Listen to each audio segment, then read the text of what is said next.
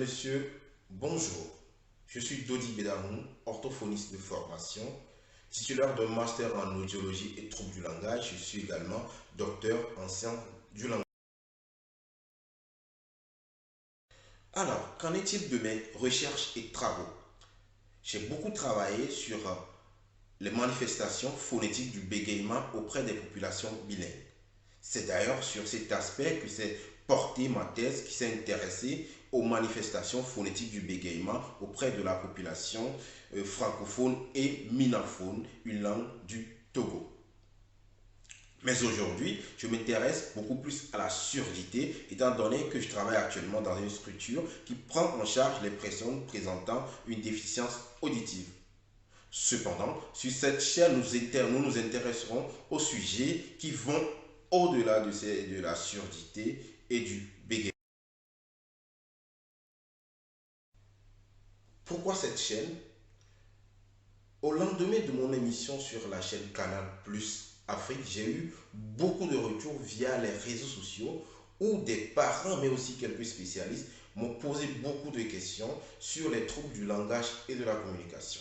Ce retour démontre à quel degré la population, ou bien les populations, les parents, ont soif d'informations et manquent d'informations. D'où la création de cet outil pour partager ce que je connais avec les autres, mais aussi pour mettre en place un outil de proximité avec les populations.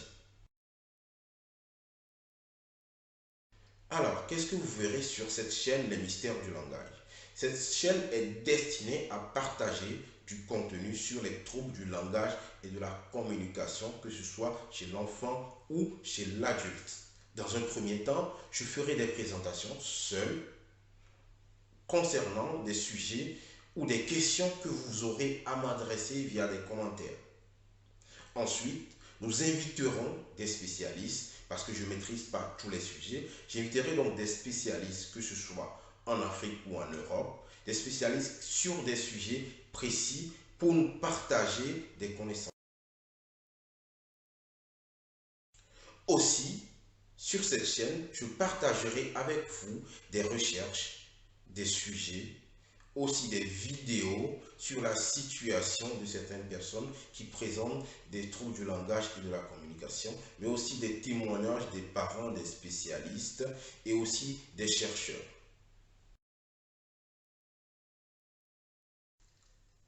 Si ces sujets sont des sujets qui vous intéressent ou qui sont susceptibles d'intéresser votre entourage, merci donc de vous abonner à ma chaîne et de partager les vidéos et surtout de cliquer sur la cloche de notification et vous serez informé de mes nouvelles vidéos. Je vous remercie et à la prochaine.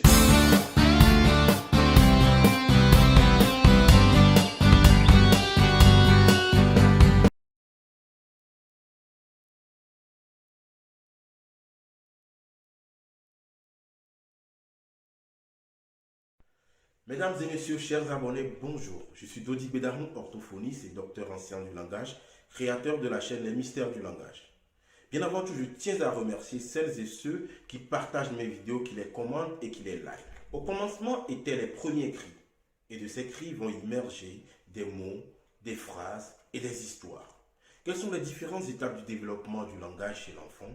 Tel est le thème de cette émission. Suite à nos précédentes émissions, vous êtes certainement posé la question, quelle est la norme du développement du langage et quand est-ce qu'il faut s'inquiéter? Eh bien, nous allons répondre à ces questions dans cette émission et mieux encore, nous proposerons à chaque étape du développement des activités à faire avec l'enfant pour supporter au mieux ses acquisitions. Si cette question vous intéresse et vous avez besoin d'en savoir plus, on se retrouve juste après le générique. À bientôt.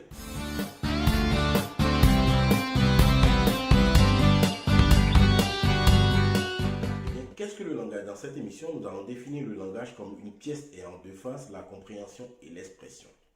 Et comme une pièce est ornée, le langage va être influencé dans son développement par les aspects moteurs, les aspects intellectuels et les aspects affectifs. Et dans cette émission, nous aborderons beaucoup plus l'aspect compréhension et expression pour être fidèle au thème de cette émission. De 0 à 3 mois, c'est l'étape des gazouillis. En effet, le bébé émet des cris communément appelés des gazouillis.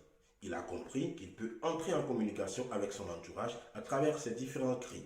Il va donc répondre aux différentes interactions de l'entourage en émettant ces cris qui expriment ses besoins, ses envies et ses émotions. Alors, à cette étape, comment aider l'enfant? Les adultes sont donc invités à imiter les gazouilles de l'enfant, les interpréter et lui donner une forme verbale si possible.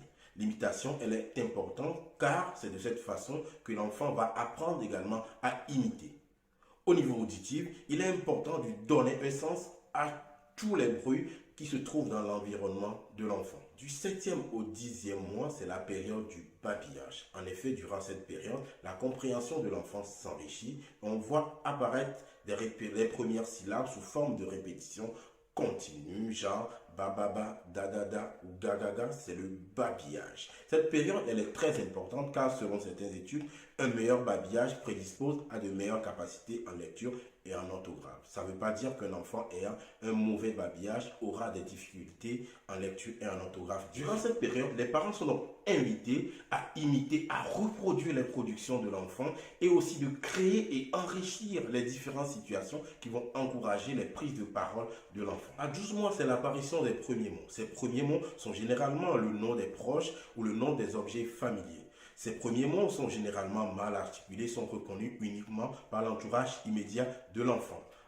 En plus, c'est le début de l'utilisation du oui et du non. En plus de ces productions, l'enfant utilise beaucoup les gestes pour compenser ses productions.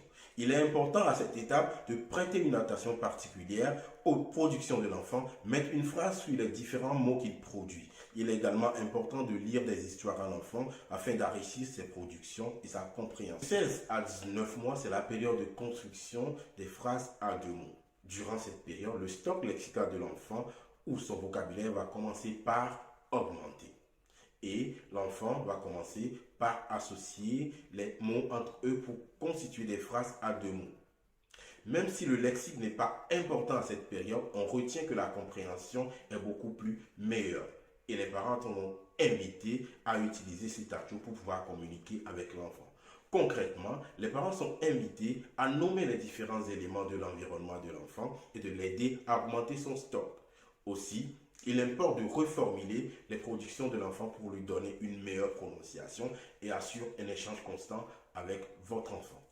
À cet âge et même avant, on peut déjà commencer par travailler sur les différents éléments comme le tour de rôle, le tour de parole, l'attention conjointe à travers des activités comme le jeu de balle, le puzzle ou d'autres activités qui nécessitent l'utilisation de ces différentes compétences. À 2 ans, c'est la période de l'explosion lexicale. Pendant cette période, votre enfant comprend environ 300 mots et en utilise 50. Son vocabulaire augmente tous les jours, c'est la période de l'explosion lexicale. Les mots-phrases vont être de plus en plus riches et un enfant arrive à faire des demandes de manière explicite. De plus, il arrive à prononcer son prénom. À 2 ans, l'enfant devient également plus curieux, ce qui va se matérialiser par le fait qu'il pose des questions du genre « c'est qui, c'est quoi ». À cette période, on peut continuer d'enrichir les productions de l'enfant en discutant autour de ses activités ou pendant son bain par exemple, en nommant les différentes parties de son corps. Également, il convient de reprendre les mots-phrases de l'enfant de manière à lui donner une bonne prononciation. En 6 mois, c'est la période de construction des phrases complètes. En effet, à cet âge, l'enfant fait des phrases sujet, verbe, complément. Il limite beaucoup les productions de l'entourage. De plus, certains enfants à cet âge manifestent un intérêt au récit et ils vont aimer lire et relire les mêmes histoires. Les parents sont donc invités à instaurer des moments de lecture par exemple, ou les moments de chant également, ou de raconter les séries automatiques avec l'enfant. Il est également recommandé de solliciter l'enfant lors des différentes tâches comme la cuisine, le jardinage ou pendant les activités.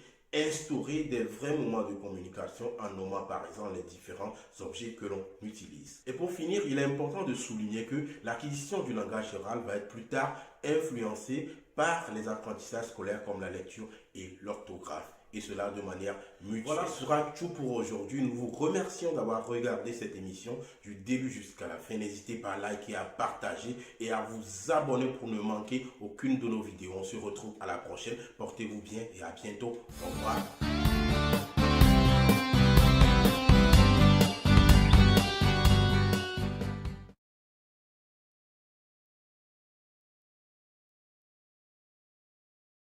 Mesdames et messieurs, chers abonnés, bonjour.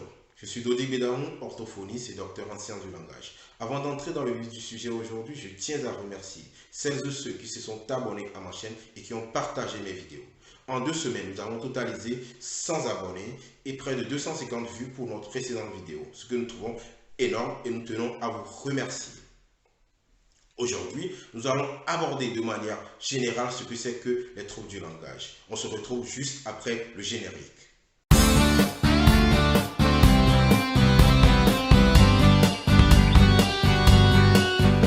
De façon générale, les troubles du langage regroupent un ensemble de pathologies affectant le langage écrit et le langage oral. À l'oral, on retrouve par exemple les troubles de l'articulation, les troubles de la parole et les troubles du langage. Mais également, nous retrouvons d'autres pathologies plus sévères comme la dysphasie par exemple. Notons que ces pathologies peuvent affecter à l'oral aussi bien la compréhension que l'expression. À l'écrit, ces troubles sont communément appelés les troubles d'apprentissage scolaire et regroupent les pathologies comme la dyslexie, c'est-à-dire les troubles de la lecture, ou la dysorthographie, les troubles de l'orthographe. Si on veut agrandir cette liste, nous pouvons ajouter les troubles de calcul comme la dyscalculie ou les troubles du graphisme comme la dysgraphie. Notons que les troubles du langage peuvent être bien aussi présents chez l'adulte que chez l'enfant. Mais dans cette vidéo, nous aborderons ce qui se passe sur le plan du langage oral chez l'enfant. Eh bien, vous vous demandez certainement quand est-ce qu'on peut parler de troubles du langage. C'est quand les compétences de l'enfant ne correspondent pas aux compétences attendues pour son âge.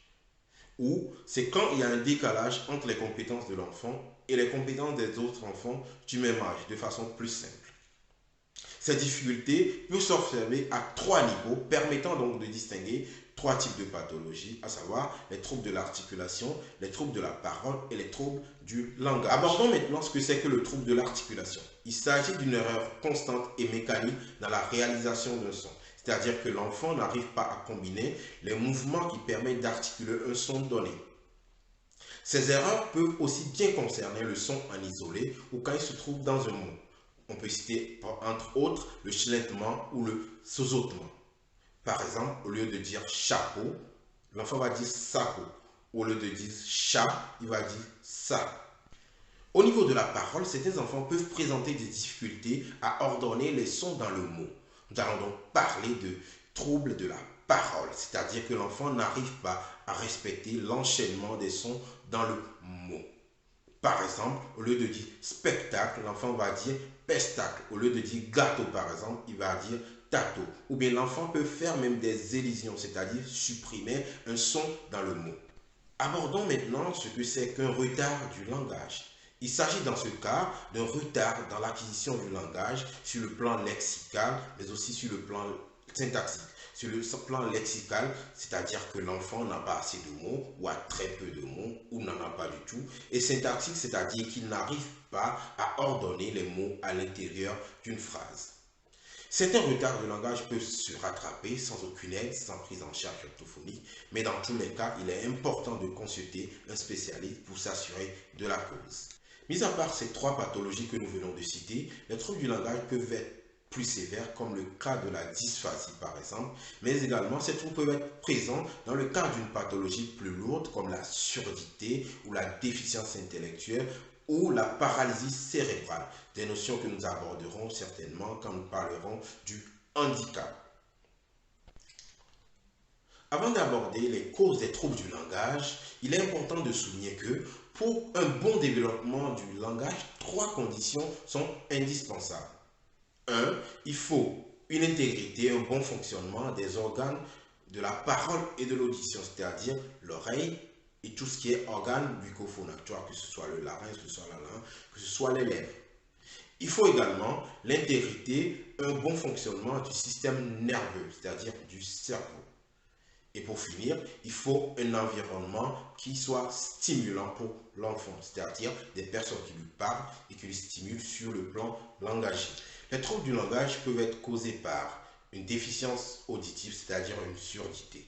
Notons qu'une réduction de l'audition, aussi minime qu'elle soit, peut entraîner les troubles du langage. Également, une mauvaise perception, c'est-à-dire la difficulté à reconnaître 2 sons de sonorité proches, peut entraîner un trouble. Par exemple, la difficulté à reconnaître le son P et B Deux sons qui se différencient par la vibration des cordes vocales. Aussi, on peut ajouter qu'une mauvaise coordination bucco-phonatoire, c'est-à-dire à réaliser les mouvements des organes bucco-phonatoires, peut entraîner un trouble articulatoire par exemple. À tout cela, ajoutons une immaturité psychoaffective ou une maturité des organes bucco-phonatoires.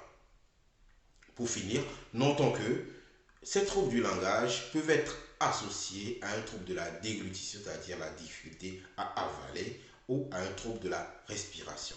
Alors, que faire si votre enfant présente l'une de ces pathologies? Dans ce cas, vous pouvez consulter soit un pédiatre, un médecin généraliste ou un médecin ORL ou un orthophoniste. Vous pouvez également nous écrire via les mystères du langage @gmail.com. Vous retrouverez notre adresse dans le lien de description. Et bien, ce sera tout pour aujourd'hui. Nous vous remercions pour votre attention et vous donnons rendez-vous pour une très prochaine vidéo avec une invitée spéciale. En attendant, n'hésitez pas à partager cette vidéo, à liker et à vous abonner. Je vous remercie, à la prochaine. Au revoir.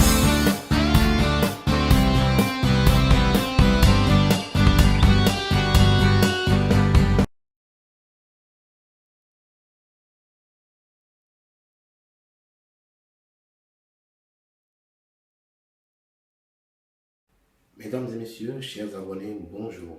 Je suis Dodi Bédaon, orthophoniste et docteur en sciences du langage, créateur de la chaîne Les Mystères du langage.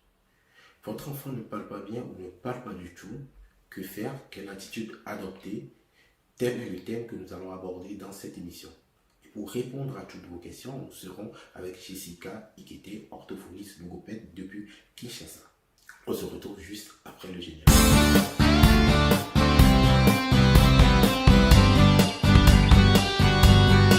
Comment est-ce que vous allez? Je vais très bien, très très bien. Je suis là dans une école parce que je suis orthophoniste, logopède, orthophoniste à Kinshasa. Je suis dans une école, au travail. D'accord, justement, les abonnés aimeraient bien savoir qui est Jessica. Donc, est-ce que en un mot, vous pouvez nous présenter, ou bien en plusieurs phrases si vous voulez, vous présenter, nous dire un peu votre parcours?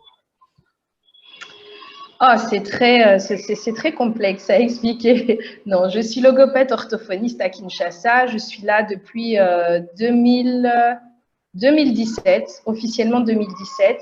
Le premier voyage que j'ai fait donc à Kinshasa, c'était en 2015. Et puis depuis petite, j'ai la volonté en fait de rejoindre le pays de mon papa. Alors qui je suis, je peux pas me résumer qu'à logopède orthophoniste. Je vais être très longue, mais qui je suis? En gros, si je reprends tous mes souvenirs lointains, moi, j'ai toujours été bonne élève à l'école, toujours à me distinguer. Je pense que j'étais dans les premières de classe. Les souvenirs qu'on donne de moi, c'est toujours ça, que j'étais une élève brillante, que ce soit en primaire comme en secondaire. Mais j'ai un souvenir, c'est lorsque j'étais en deuxième primaire, j'étais une élève très bavarde, très bavarde.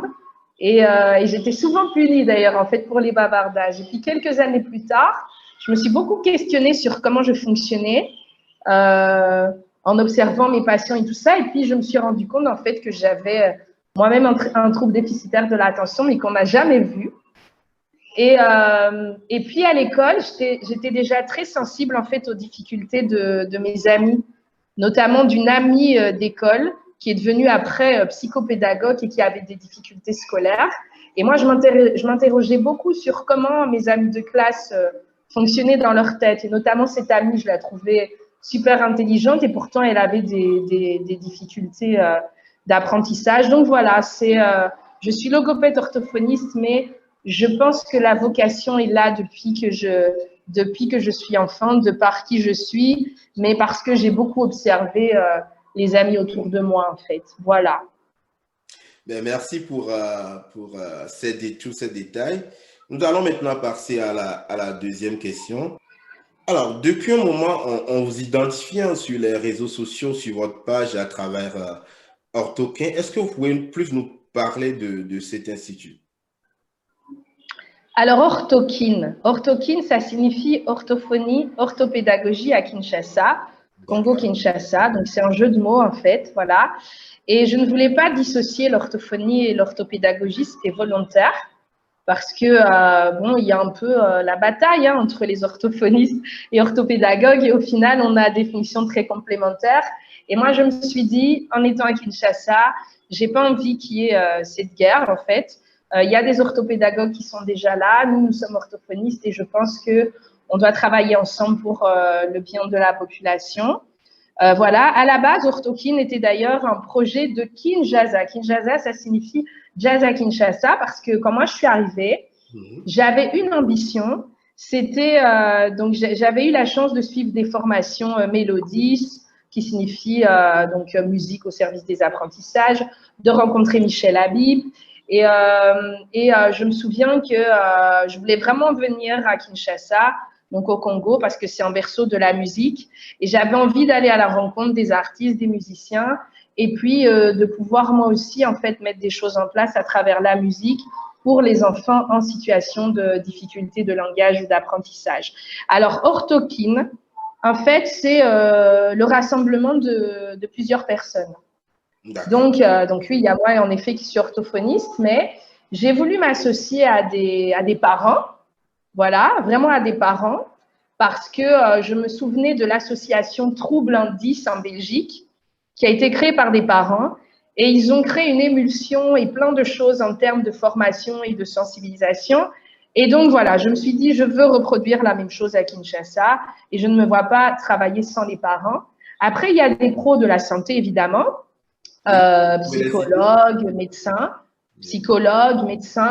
voilà, donc des médecins qui travaillaient déjà dans le domaine de la neuropédiatrie, même si ce ne sont pas des neuropédiatres à la base, mais en tout cas qui s'intéressaient aux troubles neurodéveloppementaux, et des pros de la communication et de la culture, parce que quand on veut sensibiliser et informer, et quand on veut faire bouger des choses dans une société, je pense que c'est important de rassembler tout le monde. Donc voilà, c'est un peu ça. Orthokin, c'est le rassemblement de plein de gens. Et c'est pour ça que sur les réseaux sociaux, on voit souvent parents professionnels, donc parents, nounous, professionnels de la santé, de l'éducation, de la communication et de la culture, collaborons ensemble pour le bien-être de nos enfants. Ce qui veut dire que Orthokin, en effet, a un versant où on travaille plus avec les enfants, mais le but, c'est pas que ça. C'est vraiment aussi quand même d'informer et de sensibiliser sur tous les actes et toutes les choses que les orthophonistes peuvent apporter dans le pays, en fait. Même si on est plus centré enfants et troubles neurodéveloppementaux et troubles notamment spécifiques des apprentissages. D'accord. Est-ce qu'on peut avoir une idée de combien d'enfants vous accompagnez actuellement au sein de Orthokin?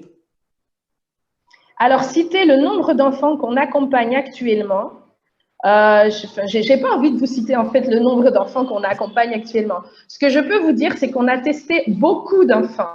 Quand je vous dis tester beaucoup d'enfants, à un moment, j'ai arrêté de calculer. Mais en gros, je pense que sur les 2 premières années, on avait déjà testé au moins 300 enfants.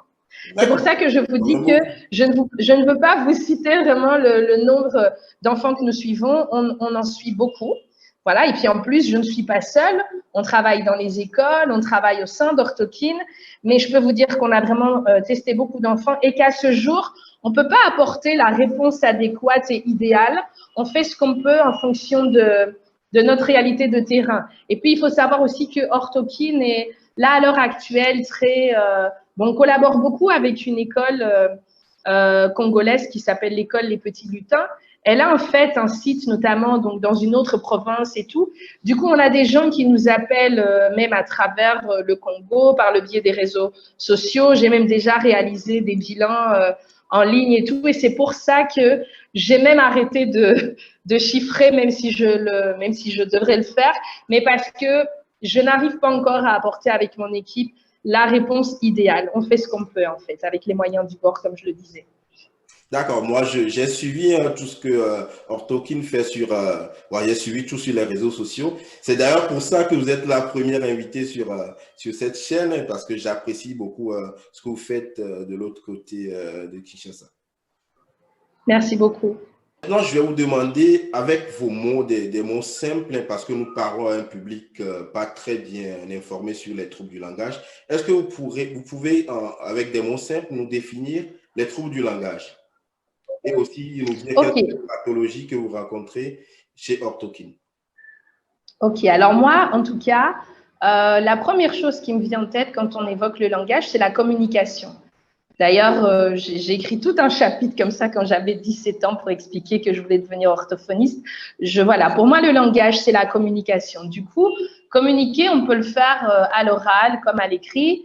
Et puis, communiquer, c'est pouvoir comprendre aussi ce qu'on dit, ce qu'on lit. Et donc, je dirais que les difficultés de langage et troubles du langage, ça touche ça. Ça touche la communication orale comme écrite.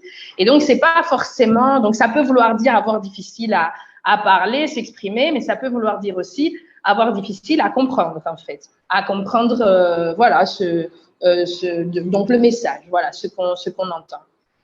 Alors, les causes de tout ça. En effet, il y a plusieurs causes. Donc, retenez bien, trouble du langage, ça peut toucher donc le langage oral comme le langage écrit. Oui. Les causes de tout ça. Donc, pour les troubles du langage oral, bien souvent, quand on parle de ça, de façon populaire, voilà, plein de gens, c'est, ben voilà, l'enfant parle pas bien, mais peut-être qu'il n'entend pas bien. Du coup, une des causes, en effet, pourrait être la surdité. Ou ce qu'on entend souvent aussi, c'est l'enfant parle pas bien, mais sa langue est lourde, il devrait se faire opérer de la langue et tout. Donc, oui, il y a bien des causes physiques, organiques, comme une brièveté du frein de la langue. Ce qu'on entend aussi souvent dans les écoles, c'est l'enfant parle pas bien, mais moi je pense qu'il est trop gâté. Voilà, il est trop gâté par ses parents, ça ne va pas à la maison, etc. Voilà, et donc oui, en effet, il peut y avoir des troubles psycho-affectifs, des causes un peu affectives et tout. Oui. Donc voilà, on peut beaucoup aimer un enfant, mais parfois, dans le comportement qu'on peut avoir avec l'enfant, on peut majorer en effet des difficultés qui seraient là. Alors, je pense aussi aux enfants de la rue. Ça, c'est quelque chose que moi, j'ai découvert à Kinshasa, qu'au final, il y a beaucoup d'enfants de la rue, enfants dits sorciers. En réalité, il y a bien une cause, et la cause, ben, ça peut être des troubles du langage. Et donc, voilà, il y en a tous les troubles neurodéveloppementaux, comme l'autisme, la dysphasie. Voilà, il y a des causes, en tout cas. Il peut y avoir des causes neurologiques. Alors, je pense aussi à certains enfants. J'ai pas rencontré ce type d'enfants en Afrique, mais en Europe, j'ai déjà eu des enfants qui avaient fait des AVC, des accidents vasculaires cérébraux, Oui. donc un accident vasculaire cérébral sur un foyer épileptique. Voilà, donc je pense aussi à ce type d'enfants. Voilà, alors je vous ai parlé un peu des causes au niveau des troubles du langage oral, mais voilà, au niveau du langage écrit, c'est pareil. Donc les troubles du langage écrit sont les enfants qui ont difficile à lire, à écrire, à calculer. Le calcul, ça fait aussi partie du langage écrit. Et voilà, les causes peuvent être diverses, mais ça fait partie du champ des troubles neurodéveloppementaux. Voilà. Voilà, brièvement. En tout cas, merci d'avoir abordé aussi cette problématique des enfants de la rue. Alors, en parlant de cette problématique des enfants de la rue, j'ai même envie de dire qu'on ne peut pas non plus incriminer même les parents. C'est clair que c'est un fait de société. Et c'est aussi pour ça qu'Orthokin a décidé de se tourner vers une communication élargie. Je crois qu'on doit sensibiliser, informer un parent qui ne connaît pas ce genre de trouble. Il ne connaît pas les causes non plus. Et donc, du coup, on ne peut pas pointer injustement un parent qui n'aurait pas eu l'information sur ces troubles. Tout à fait d'accord avec toi. Merci pour l'un des objectifs de cette émission, c'est aussi de conseiller, de donner des conseils aux parents ou aux abonnés qui nous suivent. Alors, j'aimerais vous demander, est-ce qu'il existe des attitudes ou des comportements adoptés quand on a un enfant qui présente des troubles du langage? Si oui, est-ce que vous pouvez nous donner quelques exemples? Oui, il y a des attitudes. Alors, j'ai envie de parler d'abord de la contre-attitude. D'abord, première chose, c'est que c'est important, ça, en fait. Première chose, c'est que un enfant qui a un trouble du langage, on doit le voir avec toutes ses capacités, tout ce qui est positif, et en tout cas le voir comme un enfant intelligent. Ça, c'est la première chose. Parce que beaucoup de parents m'ont dit que lorsqu'ils m'avaient rencontré la première fois, ils ont été rassurés en fait de se dire que l'enfant en fait avait du potentiel parce que première chose que les parents se posent comme question à un moment, c'est mais qu'est-ce qu'il a? Il y a un truc qui est pas normal. Enfin, est-ce qu'il est vraiment intelligent ou pas? Donc voilà, c'est déjà de se dire que l'enfant a beaucoup de potentiel et voir quelles sont les qualités qu'il a et ce qu'il aime. Parce que ce qu'il aime, c'est ça qui va aussi aider à développer le langage. Voilà, donc il aime la musique. Eh bien, en tout cas, il faut se lancer dans la musique, pas forcément en faire un musicien, mais apprécier de chanter des comptines avec lui. Et peu importe la langue, je tiens à le dire, voilà, donc c'est avoir envie de voilà, l'accompagner, chanter des comptines avec lui, jouer de la musique, le faire prêter son attention donc sur les bruits qui l'entourent, parce qu'il y a beaucoup de bruits familiers. Moi, j'ai découvert de nouveaux bruits, par exemple ici au Congo, notamment les personnes qui cirent les chaussures tapent comme ça des rythmes sur donc sur un bout de bois, les mamans qui vendent des choses, donc les petits marchés ambulants, les mamans qui se baladent avec les œufs pareil. Et donc, voilà, tout ça sont des choses importantes. Se dire aussi que ce que fait l'enfant, ce sont pas toujours des bêtises. On peut avoir des enfants, donc un enfant qui peut jouer avec des choses. On va se dire, tiens, c'est une bêtise, voilà, il découpe des bouts de papier, pourquoi il fait ça? Non, non, le bout de papier qui découpe, c'est peut-être une étape de jeu et donc, du coup, sauter sur tout ce qu'il vous apporte comme occasion de jeu. Parler aussi avec l'enfant. C'est pas parce qu'un enfant ne parle pas bien ou ne parle pas qu'il faut pas parler avec lui. Oui. Donc, parler sur ce qu'il fait, mettre du langage, ne pas hésiter à utiliser des gestes de communication déjà, même avec les bébés. Tu veux boire, tu veux manger. Voilà, moi, mon bébé, bon, il a 2 ans maintenant, il utilise même encore des gestes. Il parle, mais il utilise encore des gestes. Pointer du doigt, je sais que culturellement, en Afrique, on dit que c'est pas bien de pointer du doigt. Or, pointer du doigt et montrer l'exemple à l'enfant, en fait. Tu veux le bol ou tu veux le téléphone? Enfin, voilà, je n'ai pas compris. Donc, le pointage du doigt, c'est quelque chose d'important. Après, je renvoie aussi souvent les parents vers des fiches qu'on trouve en ligne, comme les fiches educatou.com. Il y a plein d'idées de stimulation du langage. Voilà, donc comment stimuler l'enfant quand vous promenez avec lui, dans la rue, sur le marché, comment stimuler l'enfant au niveau du langage pendant son bain. Voilà. Parce que voilà, il y a plein de jeux, des jeux de transvasement, etc. Voilà, c'est un peu ça globalement les idées que je veux donner. Et sachez, oui aussi, j'insiste beaucoup auprès des parents en disant que tout ce qui stimule le langage d'un enfant tout petit, c'est aussi ça qu'il est important de stimuler avec les enfants en difficulté. En fait, au final, c'est les mêmes choses, juste on les adapte aux enfants en difficulté. Alors, si je résume bien sur votre dernière phrase, c'est que peu importe si l'enfant présente un handicap ou que ce soit un enfant qui a un développement normal, il est important que les parents aient les mêmes attitudes. C'est bien ça? Oui. Voilà. Après, on sait que pour développer la communication, il y a des choses à stimuler. Il faut être en attention conjointe avec l'enfant. Donc, il faut s'intéresser à ce qu'il fait pour qu'il s'intéresse aussi à ce que vous faites. Donc, on peut amener l'enfant à imiter des choses, imiter des bruits, imiter des gestes et tout. Voilà, il y a des petites danses, par exemple.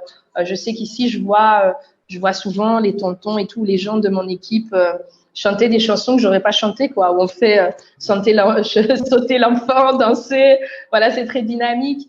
Il y a le tour de rôle. Ça veut dire que même si un enfant, donc quand on parle, moi je dis un mot, toi tu dis un mot, un enfant qui parle pas, on sait quand même en fait stimuler le tour de rôle dans les jeux. C'est bon, moi je dépose une carte, après c'est à ton tour de déposer une carte, par exemple. Voilà, donc il y a ça, il y a amener le contact oculaire sur les objets ou sur les personnes, et notamment le pointage du doigt, du coup, est important pour le contact oculaire sur les objets. Voilà, c'est des choses à stimuler avec les enfants en difficulté, mais on le fait aussi avec les bébés. D'ailleurs, c'est pour ça que un des événements d'Orthokine, donc on a un événement chaque année qui s'appelle Matinée Langage. Il y avait un des événements qui était « Je communique avec mon enfant ». Et dans « Je communique avec mon enfant », on avait proposé des choses aux éducatrices maternelles et parents sur la communication avec le bébé. Et on avait montré que communiquer par le biais de gestes et de signes, c'était très important. D'ailleurs, il y avait la nounou de mon bébé donc, lors de cette intervention et ça a beaucoup aidé pour le développement du langage, en tout cas de mon propre enfant. Alors maintenant, nous allons revenir sur Orthokin. Est-ce que vous pouvez nous dire les activités que vous faites chez Orthokin? Alors, nous avons choisi de développer, on a 5 pôles chez Orthokin. On a un cabinet médical, paramédical, où on fait le diagnostic, le dépistage et la prise en charge d'enfants en difficulté, mais on a aussi quelques adultes. Et puis, comme on a une approche, on prône vraiment l'inclusion de l'enfant ou de l'adulte porteur de handicap dans la société. Donc, on s'est dit, nous, on veut développer un pôle péri-parascolaire ouvert à tous les enfants et on inclut du coup nos enfants en difficulté dans ce parascolaire. Alors, le parascolaire, c'est quoi? Alors, on a des activités musicales, on a un chef cuisinier qui vient faire de la cuisine, qui montre certaines recettes aux enfants comme aux adultes. Parce que oui, donc je parlais d'inclusion de l'enfant porteur de handicap dans la société. Mais du coup, nous, on s'est dit aussi qu'on voulait des ateliers intergénérationnels. Donc, on a des nounous qui sont là avec des enfants, etc. Donc, autour d'activités musicales, cuisine, on a utilisé aussi un peu l'art. On propose aussi du co-schooling. Parce que c'est quoi notre co-schooling? C'est, en gros, on travaille sur les apprentissages scolaires, mais de façon très ludique, en utilisant la musique, les jeux. Oui. Et comme ça, on a une approche alternative. Parce que lorsqu'on a des enfants en difficulté, quand on regarde un peu le modèle, RAI, c'est un modèle canadien. Donc, à l'école, on met en place des solutions un peu universelles pour tous les enfants. Mais après, c'est nécessaire de mettre en place de la remédiation, donc du soutien scolaire spécifique, et puis de la rééducation. Alors, comme il n'y a pas assez de rééducateurs au Congo et à Kinshasa, et qu'on ne sait pas répondre à toute la demande de remédiation non plus en école, parce que c'est pas facile, il faut des gens formés, etc. Oui. Nous, on s'est dit, on propose du co-schooling à nos enfants, voilà, co-schooling, pour les enfants en difficulté, comme nos enfants qui sont en difficulté, parce que comme ça, ils ont plus de stimulation aussi sur une semaine, et puis on sait se cibler sur la rééducation.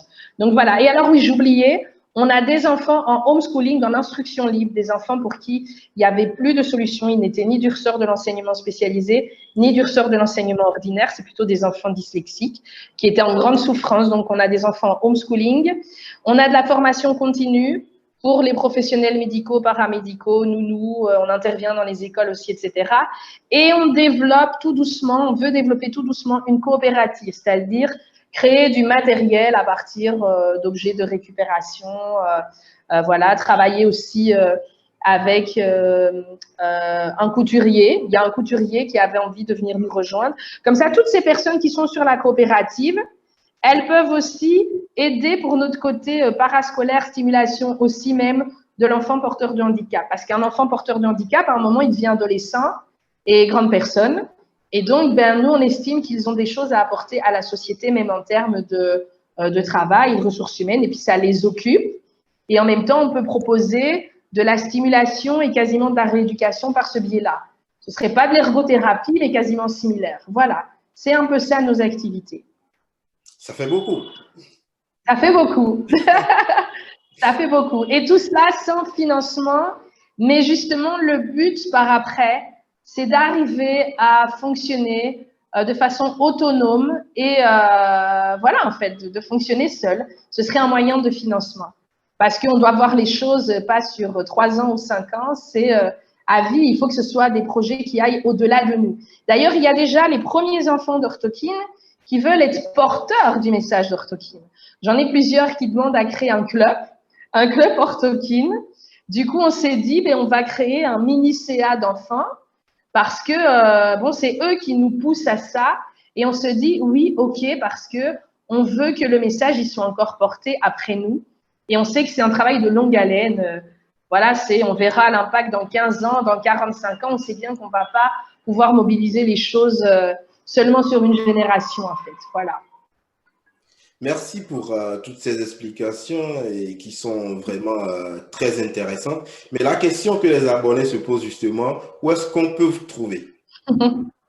Alors, Orthokin. Bon, on est à Kinshasa, on s'est beaucoup déplacé au fur et à mesure des finances, en fait, parce qu'on doit diminuer nos frais. Donc, là, on est à Kinshasa, plutôt du côté de ma campagne, ce qui veut dire qu'il faut franchir les embouteillages pour se retrouver près de nous. Les Kinois savent très bien ça. Mais on intervient aussi dans les écoles. Donc, je vous ai cité l'école Les Petits Lutins de Kitambo, mais on propose des formations dans d'autres écoles. Il y a eu l'école Le Rocher, il y a eu l'école Samuel Lévy. Enfin, voilà, on nous invite vraiment dans des écoles. Voilà, donc c'est un peu ça. Donc, on est un peu partout. On nous invite même dans les provinces, etc. Donc, voilà, en tout cas, on ne doit pas se fier juste à un lieu physique parce que le but d'Orthokin, c'est de collaborer avec tout le monde. Des gens nous demandent déjà de les aider à mettre en place des antennes Orthokin. Et notre but est de collaborer avec tout le monde et de renforcer les choses en termes de formation. Voilà. Alors, on nous trouve évidemment sur Facebook. Donc, il y a la page orthokin.fr. Beaucoup de gens aussi me demandent, comme amie, donc Jessica Ikete Orthokin. Et puis, on a différents groupes. Pour ceux qui regardent bien ce qui se passe sur Facebook, on crée des groupes au fur et à mesure. Donc, on a le groupe Lude Orthokin, Psychomodkin, enfin, il y en a vraiment beaucoup. Donc, Orthokin Alimentation, Coach Orthokin. On les crée au fur et à mesure des demandes pour partager du contenu. Et on utilise aussi WhatsApp. C'est une façon aussi de collaborer avec des collègues d'ailleurs, notamment, il y a Steve, notamment de Brazzaville. On collabore par le biais de WhatsApp et on estime que c'est un support qui peut être utilisé pour la formation. Et c'est plus facile, en fait, en Afrique, parce qu'avec l'Internet et tout, WhatsApp est plus simple. Et je me suis inspirée, en fait, de comment fonctionnaient les gens dans le domaine du marketing relationnel. Il y a des gens qui utilisent WhatsApp maintenant pour la formation. Donc, je me suis dit, moi aussi, j'ai envie de collaborer de cette façon-là avec mes collègues. Et puis, ça fonctionne. Voilà, ça fonctionne. C'est une première réponse à apporter. Et les gens, du coup, relèguent les infos. Parce que c'est ça l'idée. C'est de relayer les informations, voilà, avec nos moyens du bord. On ne doit pas s'arrêter à nos difficultés de terrain, en fait. Merci voilà.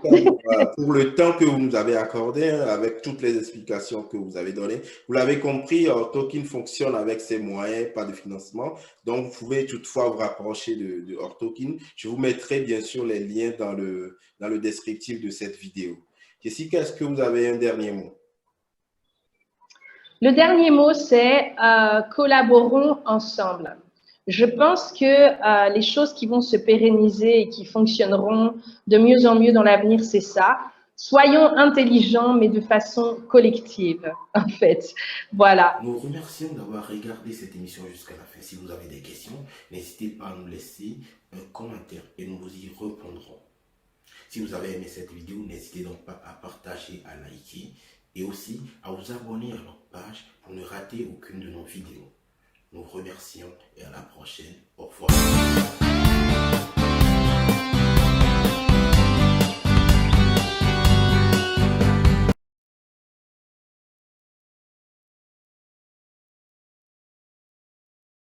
Mesdames et messieurs, chers abonnés, bonjour. Je suis Dodi Bédaron et je vous souhaite les bienvenus sur ma chaîne Les Mystères du Langage. Qu'est-ce que le bilinguisme? Quels sont les différents types de bilinguisme? Est-ce qu'il existe un lien entre le bilinguisme et les différents troubles du langage? Telles sont les questions que nous allons aborder dans cette émission. Si ces questions vous intéressent et vous avez envie d'en savoir plus, on se retrouve juste après le générique.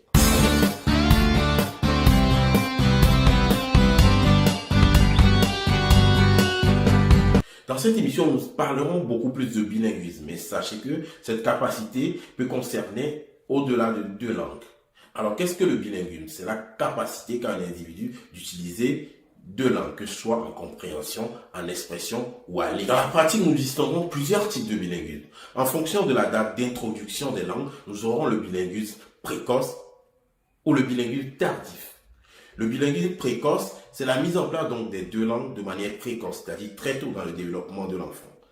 Dans ce type de bilinguisme, nous pourrons avoir un bilinguisme précoce simultané, c'est-à-dire la mise en place des 2 langues en même temps et le bilinguisme précoce successif, c'est-à-dire la mise en place des deux langues l'une après l'autre. C'est-à-dire qu'on attend que les compétences de la première langue soient bien acquises avant d'introduire la deuxième langue. En fonction du niveau de maîtrise des deux langues, nous aurons donc un bilinguisme dit équilibré, c'est-à-dire la maîtrise parfaite, identique des deux langues, et le bilinguisme dominant, c'est-à-dire qu'une langue est beaucoup plus maîtrisée que l'autre. Dans la pratique, le premier type de bilinguisme, c'est-à-dire le bilinguisme équilibré, est très rare parce qu'il est difficile, voire impossible de maîtriser deux langues de la même manière. Alors, quels sont les avantages du bilinguisme? Pendant longtemps, on a pensé que le bilinguisme ou le plurilinguisme aura des effets néfastes sur le développement de l'enfant. Mais aujourd'hui, les bénéfices du bilinguisme sont prouvés par la littérature. Être bilingue, c'est avoir deux cultures et deux langues. Et cette richesse, aussi bien linguistique que culturelle, amène les personnes bilingues à apprendre très vite qu'il existe deux manières ou plusieurs manières de penser. Et donc, ce sont des gens tolérants. De plus, être bilingue ou plurilingue est un avantage qui prédispose ces personnes à apprendre davantage plusieurs autres. Les enfants bilingues ont des avantages sur le plan intellectuel, voire également plus de souplesse mentale, plus de créativité et plus d'originalité dans leur façon de penser et dans leur façon de créer. Pour un même problème, ces enfants sont capables de trouver 2 ou 3 solutions. Également, de récentes études montrent que les personnes ayant été bilingues présentent moins de risques à développer la maladie d'Alzheimer, par exemple. Les enfants bilingues ont une possibilité de raisonnement abstrait plus grande. Et sur le plan professionnel, vous le savez bien, ces personnes ou les personnes bilingues sont beaucoup plus favorisées. Alors, existe-t-il un lien entre le bilinguisme et les différents troubles du langage? Telle est la question. La réponse serait probablement non, d'autant plus que si c'était le cas, toutes les personnes bilingues présenteraient un trouble du langage. En plus, la question est de savoir, comment peut-on savoir que la personne ne présenterait pas cette pathologie si elle était monolingue? Donc, plusieurs éléments sont à prendre en compte dans ce lien entre les troubles du langage et le bilinguisme. Quand on cherche à savoir, par exemple, si le bégaiement serait présent beaucoup plus chez les bilingues que chez les monolingues, on observe dans la littérature des résultats controversés.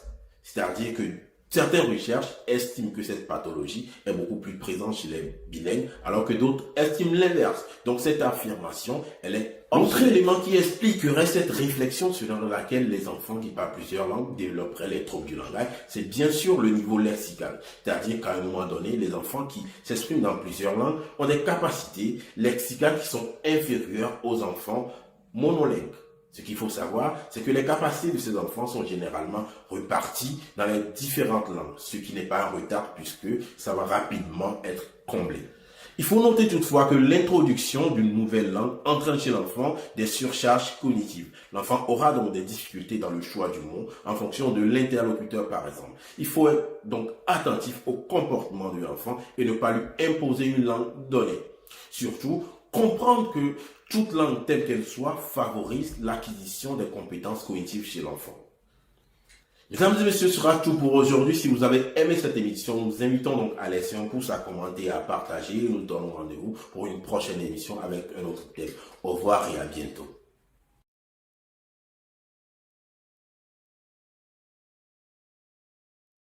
Bonjour. Alors, je vais vous parler, comme elle a dit, du bilinguisme et des éléments. Et je vais sur un plan qui se présente aussi, je vais vous présenter quelques généralités sur le bégaiement, bien sûr. Après, présenter ce que c'est que le bilinguisme, bon, je pense que d'autres l'ont déjà abordé, mais je vais l'aborder de manière à ce qu'il y ait bien ce que je vais présenter, bien évidemment. Et présenter les différentes formes de bilinguisme. Je vais présenter 2 formes spécifiques. Alors, j'aborderai aussi, mais pas trop, parce qu'on l'a déjà fait ce matin, très bien d'ailleurs, ce qu'il en est des compétences entre les enfants monolingues et les enfants bilingues, s'il y a une différence, par exemple. Ça a été déjà fait, donc je l'aborderai de manière très, très brève. Ensuite, l'un des objectifs de cette présentation, on entend souvent que le bilinguisme entraînerait le bégaiement, c'est de voir avec mes chiffres si c'est le cas. Voilà. Et pour finir, je présenterai quelques résultats de ma recherche qui portent sur les manifestations du bégaiement auprès des populations. populations humaines. Il s'agit d'une étude auprès des populations à la fois humaines et françaises. Alors, bien évidemment, pour commencer, on va se mettre d'accord sur la définition du bégaiement. Donc, le bégaiement, je retiens cette définition sur laquelle c'est un trouble d'élocution de la parole, un trouble d'élocution qui se caractérise par des disfluences. Alors, qu'est-ce que j'appelle disfluence? On va avoir trois types de disfluences. Des répétitions, c'est-à-dire la personne va faire pas par exemple. C'est des répétitions, que ce soit des répétitions de syllabes ou des répétitions de sons. Et nous avons des prolongations du son, c'est-à-dire que la personne va prononcer le son de manière avec une durée beaucoup plus importante. Par exemple, le son S va être prononcé sac, par exemple. Et pour finir, nous avons des blocages ou des interruptions. Alors là, ça peut être des blocages pour des mots, avec des tensions, le son ne sort pas, ou des blocages à l'intérieur d'un mot. Voilà, pour commencer, ce qu'on appelle bégaiement. En ce qui concerne l'étiologie et les types du bégaiement. Sur la littérature, nous avons trois types de bégaiement. Le premier, le bégaiement développemental transitoire. Alors, transitoire parce que ça commence, bien sûr, entre 2 et 7 ans ou entre 2 et 5 ans, selon la littérature. Mais c'est un bégaiement qui va disparaître, peut-être sans prise en charge, ou après quelques visites chez un spécialiste. Donc, il est transitoire. Et chez les enfants qui commencent à bégayer, on peut avoir ces genres de... qui commencent à parler, on peut avoir ces genres de disfluences, mais qui vont disparaître. Il faut savoir que sur 4 enfants qui commencent par bégayer, il y a 3 qui vont arrêter sans prise en charge.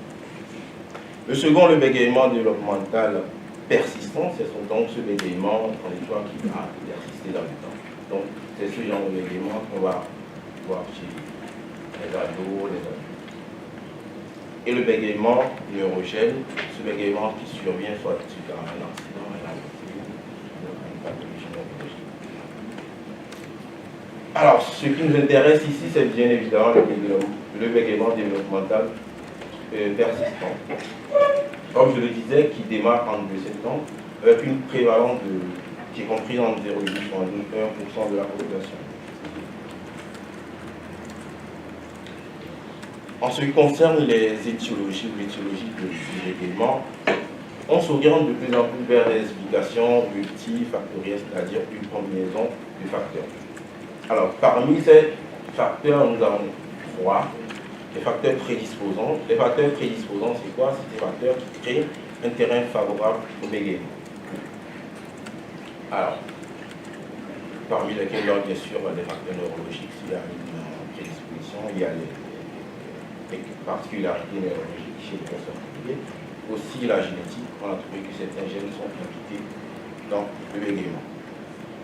Alors, mais je le disais, c'est plus une combinaison de facteurs. Donc, mis en part ces facteurs prédisposants, nous avons des facteurs déclenchants ou précipitants. C'est des facteurs qui entraînent qu'à un moment donné, la personne va commencer par bégayer.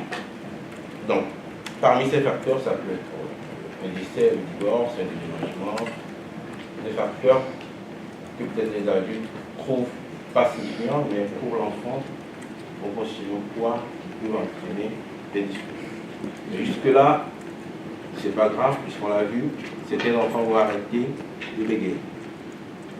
Donc, le troisième groupe de facteurs, c'est les facteurs pérennisants. Les facteurs qui vont inscrire le bégaiement dans le temps. Parmi ces facteurs, nous avons le comportement de l'enfant nouveau. Est-ce que c'est un enfant sensible, par exemple, le comportement du cérébral, des moqueries, le comportement de l'entourage également. Est-ce qu'il y a des exigences au niveau langagier, est-ce qu'il y a des reproches? Tout ça va faire que l'enfant va continuer de vivre. Alors, à côté de ces facteurs, on entend souvent dire, dans la littérature, que le bilinguisme favoriserait le bégaiement. De là, plusieurs questions se posent. Est-ce que déjà le bégaiement est présent dans la population bilingue? est-ce que qu'en est-il des manifestations du bégaiement dans la population bilingue? Est-ce que le bégaiement se manifeste dans les deux langues, dans une langue, et quelles sont les particularités liées à chaque bégayage? Alors, pour continuer, nous allons voir, on l'a déjà vu, ce que c'est que le bilinguisme. Alors, il faut dire que c'est une notion qui est difficile à décrire, puisque il y a autant de plurilinguisme au plan de bilinguisme que de personnes bilingues. Alors, ce qui revient à dire, quand doit-on dire que la personne maîtrise une langue? Est-ce que la personne doit maîtriser toutes les facettes de la langue? Parler, écrire, comprendre, et toutes les composantes. Donc, on peut dire quand même que le bilinguisme, c'est l'utilisation en alternance d'au moins deux langues par un même individu. On peut aussi dire que c'est la capacité à produire des énoncés significatifs dans plusieurs langues. Est-ce que c'est que produire? Nous, j'ajoute cette définition, qui est la maîtrise d'au moins l'une des compétences linguistiques. Lire, écrire, parler. Mais il y a une autre forme de bilinguisme. Je pense qu'on va l'aborder cet après-midi, je crois. C'est le bilinguisme chez l'enfant sourd. Donc, on va parler de bilinguisme chez l'enfant sourd. Dans celui-ci, en plus de la langue des signes française, utilise de l'oral. Donc, c'est également une forme de... Alors, pour revenir au bilinguisme, on peut dire que ça devient plus la norme que le monolinguisme. D'autant plus qu'on a environ 4000 langues parlées pour 193 pays. Et pour aller dans les détails, on va voir qu'il y a des pays où vraiment on en compte. Papouasie-Nouvelle-Guinée, 830 langues, Indonésie 722, Nigeria plus de 600 langues, Inde 361. Donc on suppose que forcément, ceux qui sont là seront exposés au bilinguisme. Eux, c'est plutôt la norme. Pour aborder maintenant les types de bilinguisme, on peut classer, il y a plusieurs classifications bien sûr, en fonction de la date d'introduction des langues, mais aussi en fonction de la maîtrise des deux langues. Donc, en fonction de la date d'introduction, on peut avoir un bilinguisme dit précoce. Dans le bilinguisme précoce, on suppose que les deux langues ont été mises en place très précocement dans la vie, avant l'âge de 7 ans. Et l'acquisition des langues, bien sûr, va être facilitée par la capacité par le cerveau très tôt d'avoir facilité toutes les notions. On a deux types de bilinguisme précoce. L'un qui est précoce simultané, c'est-à-dire que les deux langues vont être introduites au même moment. Déjà, dès la petite enfance, on parle à l'enfant les deux langues. Et cela avant l'âge de 3 ans. L'autre forme de bilinguisme précoce, c'est tout ce qui est dit consécutif, dans le cas où on entend que les bases de la première langue soient installées avant d'installer la deuxième langue. L'avantage ici, c'est que la deuxième langue va profiter des compétences phonétiques, pragmatiques et sociales qui sont déjà mises en place chez l'enfant. L'autre forme de bilinguisme en fonction de la date d'introduction, c'est le bilinguisme dit tardif. Donc, la deuxième langue va être introduite après 6 ans. C'est le cas des enfants issus de l'immigration. On a aussi plusieurs questions sur le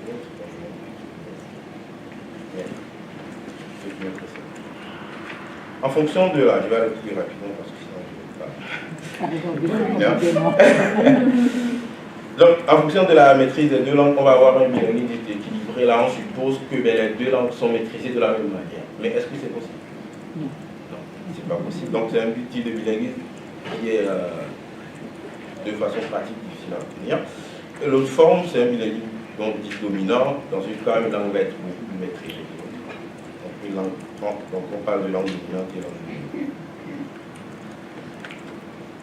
Bon, là, je vais passer rapidement.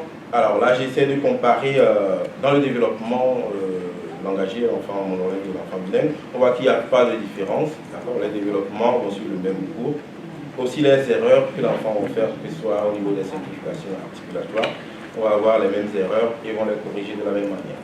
Au niveau, le niveau du développement de l'enfant bilingue, à un moment donné, on va prouver qu'il a moins de lexique, c'est-à-dire par exemple que l'enfant monolingue, ce qui n'est pas vraiment un défi et un retard parce que si on additionne ses compétences dans les deux langues, il a le même niveau.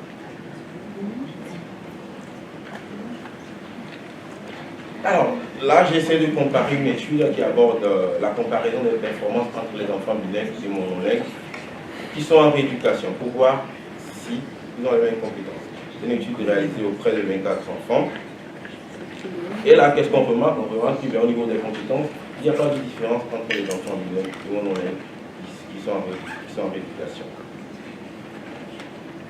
De plus, les conduites, on a vu que dans les activités, il y a des activités de définition, se rapprochent des enfants bilingues, se rapprochent des enfants monolingues.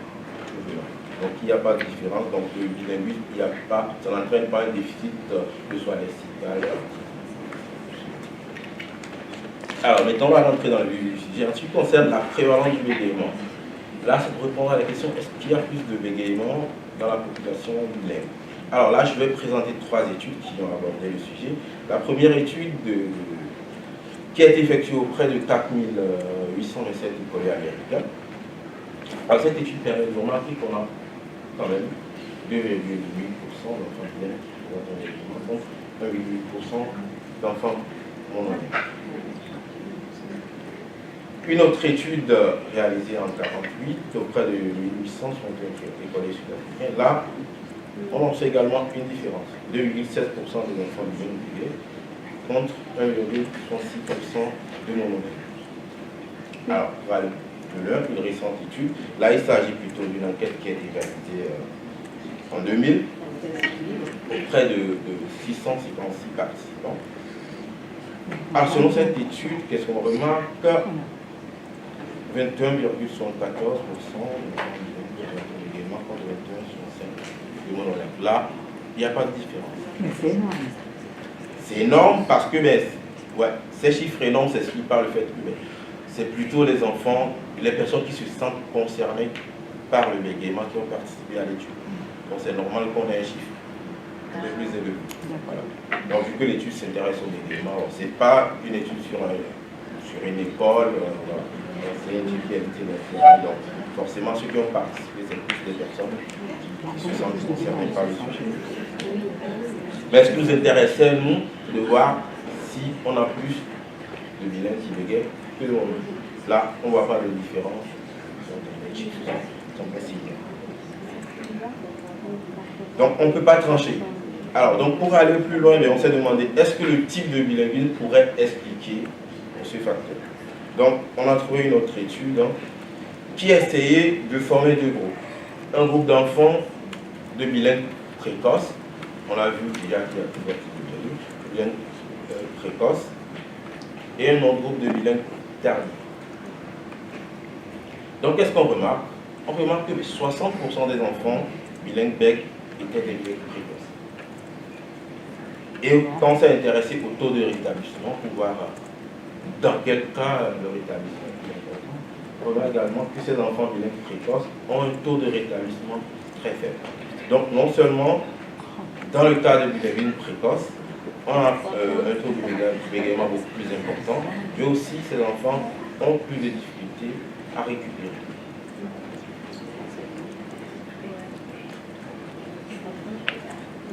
Alors, voilà, bon, bien évidemment, il n'y a pas de données qui expliquent qu'on a plus de bilingues, on ne peut pas trancher. Mais comment est-ce que cela puisse être expliqué théoriquement qu'il y ait plus de bégaiement auprès des populations? On va partir de ce système qu'on appelle le système de monitoring. C'est un système qui gouverne et contrôle l'inhibition de l'affectivité dans le traitement de l'information. Alors, dans le cas de bilinguisme, c'est le système qui va activer ou inhiber l'une des deux langues que la personne va choisir. Et le bégaiement, justement, on pense qu'il serait dû à un trouble. Bon, avant de parler de ça, il faut savoir aussi, plus tu apprends des langues, plus ce système est développé. Donc les enfants, les personnes qui apprennent plusieurs langues, ils ont ce système de monitoring qui est plus développé. Le bégaiement suivrait un seul système de monitoring de la parole. Alors le monitoring de la parole, c'est le système qui va suivre la parole, détecter les erreurs et les corriger quand on parle. Et aussi, on sait qu'il y a deux niveaux de contrôle dans ce système de monitoring de la parole. Il y a un boucle qu'on va appeler la boucle interne qui contrôle la production bien avant, qui fait un contrôle bien avant la production. Il y a certains qui disent mais qui bégayent même avant de parler. Et une boucle qui est la boucle externe qui est conférée au système auditif par exemple. Et le bégaiement justement serait le déficit dans le cas de bilinguisme. Un déficit du contrôle de la boucle interne. C'est-à-dire que la personne, dans le cadre de l'INU, va consacrer plus de ressources, davantage de ressources cognitives au système de monitoring interne. Il va se focaliser sur cette erreur, et cette erreur sera à venir, donc ce qui va entraîner plus de...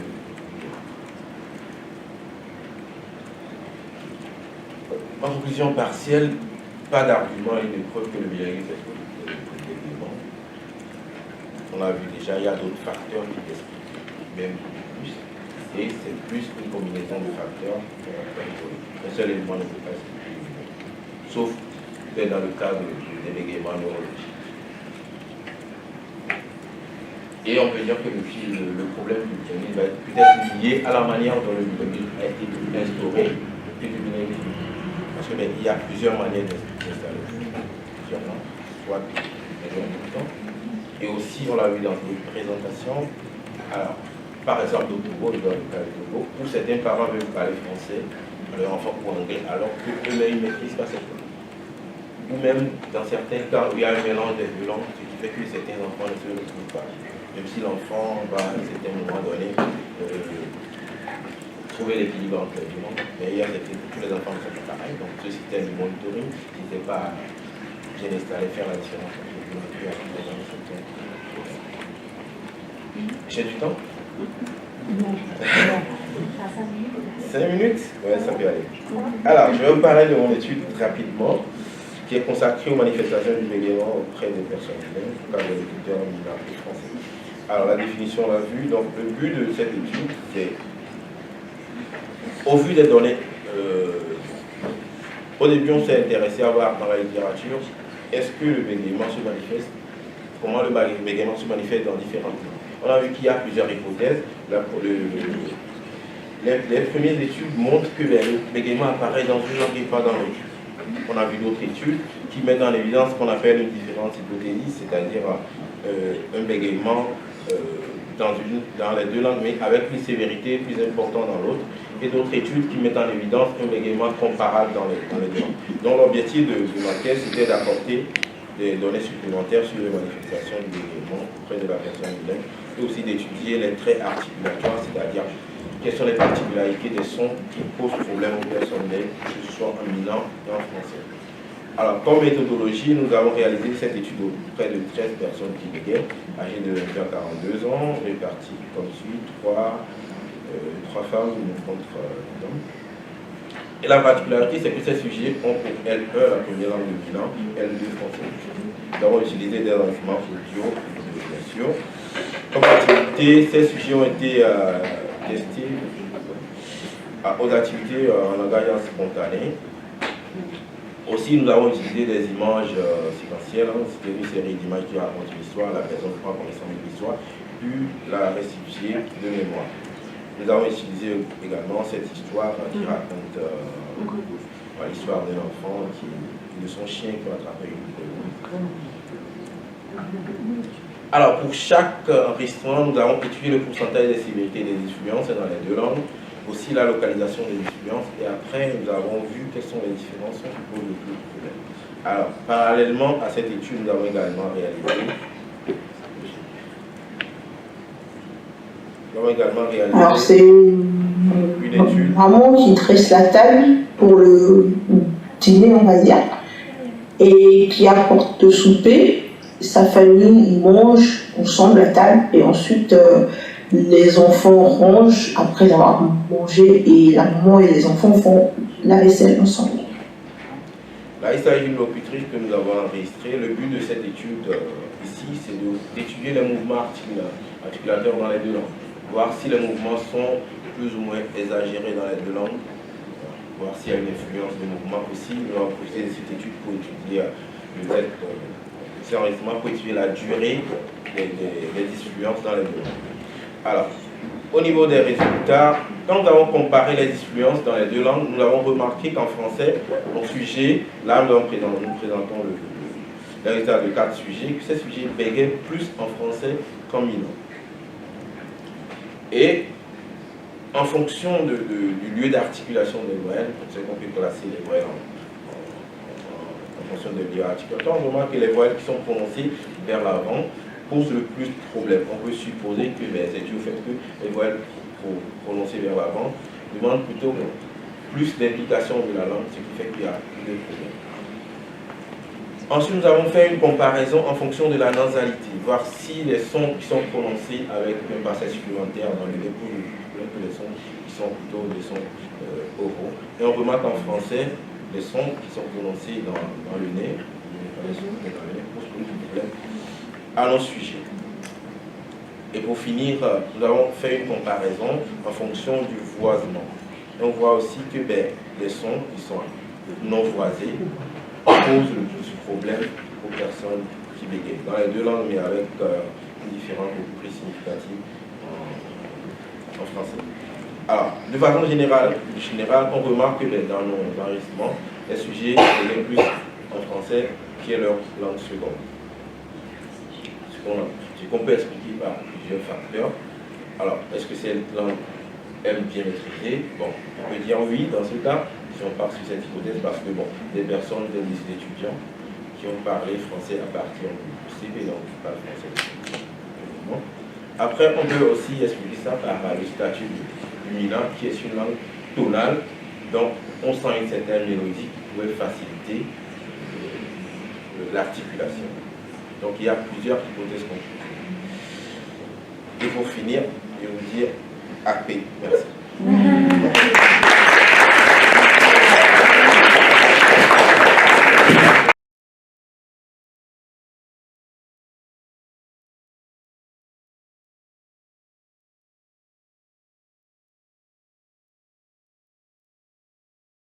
Mesdames et messieurs, chers abonnés, bonjour. Je suis Dogdi Bédaron, créateur de la chaîne Les Mystères du Langage. Et comme vous le voyez aujourd'hui, je suis accompagné d'un orthophoniste qui aura l'occasion de se présenter. Dans cette émission, nous allons aborder le bilinguisme et les troubles du langage. Nous avons déjà effleuré ces thèmes dans une précédente émission que vous retrouverez sur notre chaîne. Aujourd'hui, nous allons principalement parler du bilinguisme, des types de bilinguisme, les types de bilinguisme qui sont fréquemment rencontrés en orthophonie également, voire les mesures à prendre auprès d'un enfant qui présente un trouble du langage et qui baigne dans un bilinguisme. Afin de vous permettre de bien vous installer, de prendre de quoi noter et de mobiliser toute votre attention, on se retrouve juste après le générique.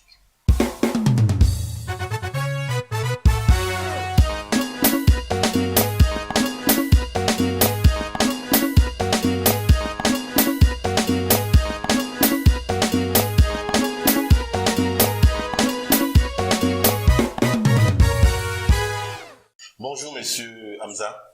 Bonjour. Nous vous remercions d'avoir accepté notre invitation. Nous rappelons que nous sommes à Lomé, au centre SAFEPS, que vous aurez l'occasion bien sûr de connaître dans une prochaine émission. Est-ce que vous pouvez vous présenter à nos abonnés? Bien, je m'appelle Faisal Hamza, je suis orthophoniste et je travaille au CHU Campus à Lomé, au Togo. Merci. Comme vous l'avez compris, nous allons aborder aujourd'hui le bilinguisme et les troubles du langage. Est-ce qu'avec vos mots, des mots très simples, puisque nous nous adressons à un public pas très au point sur les troubles du langage, est-ce que vous pouvez nous définir ce que c'est que le bilinguisme? Alors, le bilinguisme, c'est la capacité d'un individu à utiliser, ça peut être à parler ou à comprendre 2 langues ou plus. D'accord. Est-ce que ici à Lomé, vous rencontrez préférentiellement un type de bilinguisme? Qu'est-ce que vous rencontrez très souvent? Alors, souvent, pour les parents que nous recevons en consultation orthophonique et qui viennent avec leurs enfants, nous rencontrons souvent ce qu'on appelle le bilinguisme précoce simultané, qui est en fait l'acquisition et le développement des deux langues dès le jeune âge chez l'enfant. Alors, si je peux parler d'un deuxième type de bilinguisme que nous rencontrons, je peux dire qu'il s'agit du bilinguisme tardif, c'est-à-dire que la deuxième langue a été introduite à partir de 6 ans. Et souvent, ça se rencontre chez des familles qui ont déménagé, qui étaient dans une autre région et qui ensuite ont déménagé vers Lomé. D'accord. Alors, très souvent, nous rencontrons où les parents se posent des questions. Mon enfant, il a des troubles du langage, c'est un retard ou un trouble articulatoire ou un trouble phonologique. Par contre, il baigne dans un type de bilinguisme. Alors, vous, en tant que spécialiste, quel conseil vous avez à l'endroit de ces parents qui se posent ces questions? Qu'est-ce qu'ils peuvent faire? Comment se comporter face à un enfant qui est bilingue mais qui a des troubles du langage? Bien, avant de donner des conseils, je voudrais préciser avec votre permission que l'enfant a la capacité d'assimiler à la fois plusieurs langues. Alors, mais par contre, il va falloir respecter un certain nombre de choses. Donc, le premier conseil que je donne aux parents, c'est de parler à leurs enfants la langue qu'ils maîtrisent le mieux. D'accord. Et ensuite, d'utiliser ou bien de respecter ce qu'on appelle le principe d'une personne, une langue. Donc, nous déconseillons souvent aux parents de parler à l'enfant plus d'une langue. Donc, voilà essentiellement les conseils que nous donnons. D'accord, si je comprends bien, pour un enfant qui baigne dans plusieurs langues et qui présente un trouble du langage, alors, utiliser plusieurs langues, ça pourrait poser problème, si je comprends bien. Oui, ça pourrait poser problème parce qu'il n'est pas rare de rencontrer des enfants chez qui l'introduction d'une seconde langue entraîne parfois des difficultés que l'enfant peut rencontrer. Mais bon, de toutes les façons, quand on respecte le principe d'une personne, une langue, ça permet quand même à l'enfant de faire la part des choses et d'évoluer très correctement. D'accord, donc si je résume, l'idée c'est en quelque sorte de réduire les surcharges cognitives ou les surcharges linguistiques, ce qui pourrait aider éventuellement l'enfant à mieux avancer du point de vue langagier. Alors, dans la continuité de la question que nous venons de poser, est-ce que le bilinguisme serait donc déconseillé aux enfants qui présentent déjà un trouble du langage? Alors, je ne dirais pas que le bilinguisme peut être déconseillé parce que nous sommes d'abord dans une société où on parle plusieurs langues. Donc, de toutes les façons, l'enfant qui va à l'école, qui sort de la maison, il sera forcément exposé à beaucoup de langues. Alors, mais je ne dis pas que c'est conseillé, que c'est déconseillé, Mais je le répète encore, il faut respecter le principe d'une personne, une langue. Mais quand l'enfant rencontre d'énormes difficultés, même avec cela, on peut passer au respect du principe d'un milieu, une langue. C'est-à-dire qu'à la maison, on s'organise pour parler une seule langue à l'enfant, même si c'est une langue qui est différente de celle qui est parlée à l'école, par exemple. Oui, voilà. D'accord, ouais, merci pour ce complément d'information, parce que c'est un sujet tellement sensible et les parents se posent plusieurs questions et on a le privilège de vous recevoir aujourd'hui à Lomé, ou plutôt c'est vous qui recevez à la chaîne des mystères du langage, donc nous sommes très contents de vos conseils. Le plaisir est partagé. Alors, nous sommes arrivés au terme de cette émission. Monsieur Hamza, votre dernier mot, et dites-nous comment est-ce qu'on peut vous contacter? Bien, merci. Mon dernier mot, c'est essentiellement à l'endroit des parents. Nous parlons du bilinguisme, nous parlons des troubles du langage. Et aux parents, dès que vous remarquez ou bien dès que vous avez des doutes ou des inquiétudes sur le développement du langage de votre enfant, n'hésitez surtout pas à contacter rapidement un orthophoniste. Alors moi, je réponds au numéro 92 33 83 13. Merci. Merci à toi d'être des nôtres aujourd'hui. Alors, si vous avez aimé cette émission, n'hésitez pas à partager, à liker également, à vous abonner à notre chaîne pour ne manquer aucune de nos publications. Également, vous pouvez contacter Hamza sur son numéro qui sera affiché en bas de cette vidéo. Également, vous pouvez également le contacter sur Facebook ou sur les réseaux sociaux. Il est très réactif. Nous vous remercions, Monsieur Hamza, et à bientôt sur une nouvelle émission. C'est moi qui vous remercie.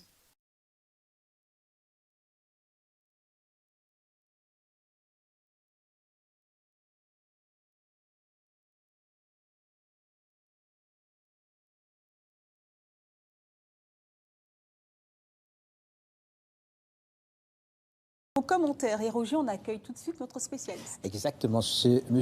Dodjik Bekdaou. Bonjour. Bonjour. Vous êtes orthophoniste et vous allez répondre aux nombreuses questions de nos téléspectateurs sur les problèmes de troubles de l'apprentissage et plus particulièrement les dyslexies. Bien évidemment. Alors, quel est le point commun entre Léonard de Vinci, Albert Einstein ou encore Whoopi Goldberg? Eh bien, tous sont dyslexiques. Derrière ce terme se cachent des troubles cognitifs spécifiques responsables de difficultés à lire. La dyslexie peut s'accompagner d'autres difficultés, par exemple pour écrire, dysgraphie, orthographier, dysorthographie ou encore compter, dyscalculie. Cela rend souvent les apprentissages difficiles à l'école et pour comprendre les difficultés de lecture que rencontrent les dyslexiques, Roger, on va tout de suite d'abord s'intéresser au cerveau. Oui, Joël, pour l'apprentissage de la lecture, on va faire intervenir plusieurs zones du cerveau. D'abord, dans l'hémisphère gauche du cerveau, il y a une activation de la zone qui s'intéresse à la vision, qu'on va voir ici en bleu, et cette activation va permettre de reconnaître les formes de lettres, comme la lettre A ou B. Ensuite, il y a une activation de la zone de l'audition, qu'on voit ici en jaune, qui permet d'associer le son à la lettre ou le mot. Et ensuite, il y a aussi la partie droite du cerveau qui permet de comprendre ce qu'on vient de lire, qu'on voit ici en jaune. Et enfin, à la partie antérieure du cerveau, ici représentée en vert, cela nous permet de articuler et de lire à haute voix ce qu'on a compris. Alors donc, il faut activer 4 zones pour pouvoir lire lorsqu'on lit à voix haute. C'est exact. Aujourd'hui, l'imagerie médicale, qui a fait énormément de progrès, nous permet d'observer les activités au niveau du cerveau. Regardez par exemple cette coupe du cerveau qui est vue aérienne, on voit le cerveau d'en haut. On reconnaît ici la partie antérieure de la tête avec le nez et la partie postérieure en arrière ici. Et le cerveau est divisé en deux, un côté à gauche et un côté à droite. Et sur cette image, on voit ici en rouge, c'est la zone spécialisée dans la vision qui permet donc de voir et de reconnaître les mots et les lettres. Cette zone est activée chez des personnes qui ont une lecture normale, et alors qu'elle est différente, elle est absente chez les personnes qui sont dyslexiques. Alors, vous voyez la différence entre une lecture normale, qui fait appel à un fonctionnement normal du cerveau, et une lecture dyslexique. Merci beaucoup, Roger, pour ces explications claires. On va tout de suite prendre une première question de téléspectatrice, et c'est au Gabon. Elle demande, docteur, à quel âge peut-on détecter la maladie ? Alors, la dyslexie ou les dys peuvent être détectés déjà à partir du CE1. Quand l'enfant va rentrer dans l'apprentissage, on va remarquer à cet âge qu'il a d'énormes difficultés pour apprendre à lire et à écrire. Voilà. Mais le diagnostic peut se faire plus tard. Tout dépend de l'entourage de l'enfant, de l'enseignant qui le remarque plus tôt. Mais à partir du CE1, on peut faire passer des tests pour faire un diagnostic. Ouais, c'est-à-dire au moment de l'apprentissage de la lecture. Donc, Exactement. CP1, CP2 et après plutôt en CE1. C'est Ouais. vrai. D'accord. Et on va prendre une question donc, de Ismaël en Guinée qui demande quels sont les signes de la dyslexie. Alors, la dyslexie, les principaux signes, c'est cette difficulté à déchiffrer. C'est-à-dire, dans l'apprentissage de la lecture, l'enfant aura d'énormes difficultés à découper les mots et aussi à faire une correspondance entre les sons et les lettres. Par exemple, quand le son « S » correspond par exemple à la lettre « S ». Si vous voulez. Donc, cet enfant aura des difficultés à faire cette correspondance. Également, on va remarquer une lenteur dans cette activité de lecture. Et ces difficultés vont également se faire remarquer au niveau de l'orthographe. Est-ce que vous pouvez nous donner quelques exemples par des mots concrets là, pour qu'on puisse, les téléspectateurs puissent comprendre de quoi il s'agit vraiment? Alors, par exemple, si je prends le mot bateau, bateau, il y a plusieurs sons. Et le O à la fin s'écrit d'une autre manière. D'accord? Et ce O, on va le retrouver soit ailleurs, O simple, ou AU, ou E, AU. Donc, un enfant dyslexique, tout ça, ça va être très compliqué à assimiler pour lui. Également, au niveau de l'orthographe, ça va se faire ressentir. Généralement, la dyslexie va être associée à la dysorthographie, les troubles de l'orthographe. Vu qu'il apprend mal, ben forcément, il écrit mal. Donc, cet enfant aura des difficultés sur ses sons, par exemple. On peut citer un exemple, par exemple, comme spectacle, hein, que certains enfants vont dire pestacle. Voilà, l'enfant va faire ce qu'on appelle des inversions, par exemple, ou des suppressions de phonèmes dans la lecture de ces mots. Ouais. On va se rendre au Burkina Faso maintenant avec Nyoil qui demande: la dyslexie affecte-t-elle les enfants qui ont une vue et une intelligence normale? Alors, ce qu'il faut savoir déjà, pour parler de dyslexie, il faut écarter tout cela. Le diagnostic de la dyslexie va être posé quand on aura écarté les troubles de la vision, les troubles de l'audition, une déficience intellectuelle. Donc, c'est un trouble qui s'installe en dehors de tout ça. Donc, on suppose qu'un enfant dyslexique a une bonne audition, a une vision normale et a une intelligence intacte. Donc, on écarte tout ça. Dans le cas où il présente ces difficultés, forcément, quand on a une mauvaise vision, on lit mal. On n'est pas dans le cas d'une dyslexie. Alors, il y a Karim au Niger qui demande comment être sûr qu'il s'agisse de dyslexie et non de difficultés normales d'apprentissage. Pour répondre à cette question, il n'est pas aisé d'un premier coup de dire qu'il s'agit d'une dyslexie. Seul un spécialiste peut élaborer à travers un bilan orthophonique. Justement, qui fait le diagnostic? C'est l'orthophoniste en collaboration avec un médecin. Déjà, l'orthophoniste ne reçoit pas l'enfant directement, c'est à travers un médecin ou c'est à travers un enseignant qui fait la remarque que l'enfant est en difficulté. Il passe par le médecin et vient à l'orthophoniste qui, à travers des tests, établit un diagnostic de dyslexie ou de dysorthographie ou des deux combinés. Vous signalez justement les différents types de difficultés d'apprentissage, hein, qui est communément désigné sous le mot de dys, hein, qui dit en difficulté en latin. Mais il faut noter qu'ici, on parle de dyslexie, mais il y en a d'autres. Vous avez cité déjà quelques-unes, mais la dyscalculie en est une. Alors, en quoi ça consiste exactement? Alors, la dyscalculie, comme vous l'avez dit, dys, c'est dysfonctionnement ou difficulté. Hein, donc, la dyscalculie va concerner les difficultés dans toutes les opérations liées au calcul ou à la logico-math, ou également toute opération comme l'addition, la soustraction, la multiplication. Et cet enfant aura des difficultés, par exemple, à retenir les tables de multiplication. Et plus tard, quand il va rentrer en collège, tout ce qui est abstraction sera encore d'autant plus compliqué pour lui. Alors, parmi les dys, il y a une autre forme de trouble de l'apprentissage qui s'appelle la dyspraxie. Alors, gestes lents, maladroits, difficulté à gérer le temps et l'espace en sont les principaux signes. Sarah Sisman et Gisela Mendoza ont rencontré David. Vous allez voir, sa mère fait tout pour qu'il continue une scolarité normale malgré sa maladie. Je connais aussi Anthony Martial. David, 11 ans, est un petit garçon presque comme les autres. Il aime regarder le foot et discuter de ses joueurs préférés. J'ai l'impression que c'est Chelsea qui joue pour toi. Mais pour lui, les gestes les plus simples, comme mettre ses chaussures ou faire ses lacets, sont un défi. Voilà, c'est bien, tu as bien roulé.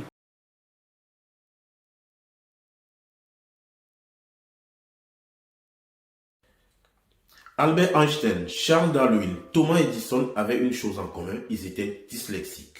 Qu'est-ce que la dyslexie? La dyslexie appartient à un groupe de pathologies communément appelées les troubles 10.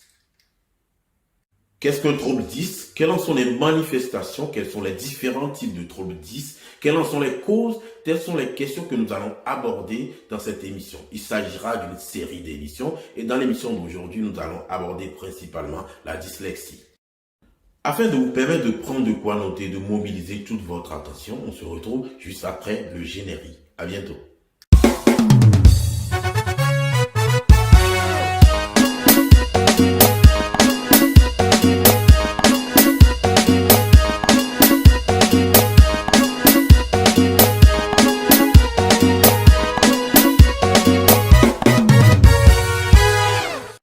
Les troubles 10 regroupent un certain nombre de pathologies qui affectent un domaine précis. Ces pathologies regroupent la dyslexie, la dysorthographie, la dyscalculie et la dysgraphie. Calmez-vous, on va tout expliquer, je vous le promets. En fonction de la sévérité, ces troubles peuvent affecter aussi bien la vie scolaire, la vie sociale et la vie professionnelle. Et 4 à 6% d'enfants en sont concernés. Alors, qu'appelle-t-on dyslexie, dysorthographie, dyscalculie ou dyslexie? Tout d'abord, ces pathologies ont pour préfixe 10. 10 vient du grec et renvoie à une notion de difficulté ou de malheur. En conséquence, ces pathologies regroupent les dysfonctionnements liés au langage oral ou écrit, au calcul et au geste. Ces difficultés vont être présentes chez les enfants sans déficience intellectuelle, sans déficience visuelle ou auditive, sans défaut de scolarisation ou toute pathologie pouvant avoir des influences sur les acquisitions scolaires. Dans cette émission, nous allons aborder la dyslexie et la dysorthographie. Les autres pathologies seront abordées dans d'autres émissions, nous vous le promettons. Alors, qu'est-ce que la dyslexie? Il s'agit d'un trouble durable et significatif de l'acquisition de la lecture. Elle se manifeste par des difficultés de déchiffrage, des difficultés à identifier les mots, à lire sans erreur et de manière fluide. On remarque également une lenteur dans l'acte de déchiffrage, des confusions des lettres, également des inversions des lettres dans les mots. En fonction de la voie de la lecture qui est atteinte, nous aurons plusieurs types de dyslexie. La dyslexie lexicale et la dyslexie de surface. Mais nous ne rentrerons pas dans les détails dans cette émission. La dyslexie est souvent associée à la dysorthographie. Alors, qu'est-ce que la dysorthographie? Il s'agit d'un trouble durable et significatif de l'acquisition de l'orthographe. Elle se manifeste par une mauvaise utilisation des lettres et des groupes de lettres. Également, chez l'enfant, on va remarquer des erreurs comme des émissions, des ajouts ou des déplacements des lettres dans un mot. Par exemple, pour écrire un mot, l'enfant va omettre certaines lettres ou en ajouter d'autres. Également, on remarque un découpage défectueux des mots. Par exemple, le mot « tout à coup » va s'écrire en un seul mot. On peut noter aussi des difficultés de conversion des lettres en sons. Par exemple, l'enfant a des difficultés à comprendre que le son O peut s'écrire de différentes manières. A-U, E-A-U, par exemple. Ces pathologies ainsi définies ne sont pas dues à la paresse des enfants. Plusieurs explications en sont possibles. Au niveau neurologique, on a observé au moins d'IRM que pendant une activité de lecture, l'aire visuelle de reconnaissance de mots ne s'active pas chez les personnes dyslexiques. En faisant une analyse plus fine, les chercheurs ont remarqué que les faisceaux qui permettent le transfert de l'information visuelle vers l'aire de la production orale est pauvre et moins structuré chez les personnes dyslexiques. Toutefois, on peut se demander si cette différence est la conséquence ou la cause de la dyslexie. La génétique permet également de donner une explication à la dyslexie. On note par exemple que si un enfant est dyslexique, il existe de fortes chances que l'un de ses frères et sœurs le soit ou que l'un des deux parents l'ait été. Également, les données actuelles permettent de noter qu'il existe des anomalies sur certains sites des chromosomes 1, 2, 3, 6, 15 et 18. L'une des hypothèses évoquées dans la littérature pour expliquer la dyslexie est également le déficit de la conscience phonologique. Alors, qu'est-ce que la conscience phonologique? C'est la capacité à percevoir, à découper et à manipuler les unités comme les syllabes, les phonèmes, également la capacité à reconnaître des rimes. Par exemple, reconnaître que les mots terre et mer finissent par être relève de la conscience phonologique. Il s'agit également de la capacité à découper un mot en plusieurs unités, par exemple en sons ou en syllabes. La conscience phonologique est importante dans la lecture dans la mesure où elle permet un découpage du mot en plusieurs unités, que ce soit en sons ou en syllabes. En effet, pour lire, nous utilisons deux voies, une voie lexicale et une voie phonologique. La voie lexicale permet une lecture globale du mot. Par exemple, nous connaissons le mot et nous le lisons facilement. Quant à la voie phonologique, il s'agit d'un découpage du mot en plusieurs unités. Par exemple, si je veux lire le mot AstraZeneca, je découpe le mot en plusieurs lettres. Puis, je fais une conversion graphophonologique, c'est-à-dire que je convertis chaque lettre en son. Puis, je remets tout ça ensemble puis je lis le mot AstraZeneca. On note un déficit de cette capacité chez les enfants dyslexiques. Cette capacité qui est d'ailleurs très utilisée dans l'apprentissage de la lecture et permet un bon déchiffrage. Par ailleurs, on note également chez les personnes dyslexiques un déficit de la mémoire du travail. Cette mémoire qui permet par exemple lors de cette activité de découpage, de maintenir en mémoire ce qu'on a déjà découpé et de pouvoir le mettre ensemble lors de la lecture. Voilà, ce sera tout pour aujourd'hui. Nous vous remercions d'avoir regardé cette émission du début jusqu'à la fin. N'hésitez pas à liker, à partager et à commenter et à vous abonner à notre chaîne pour ne rater aucune de nos nouvelles vidéos. On se retrouve à la prochaine pour une nouvelle émission. Au revoir et à bientôt.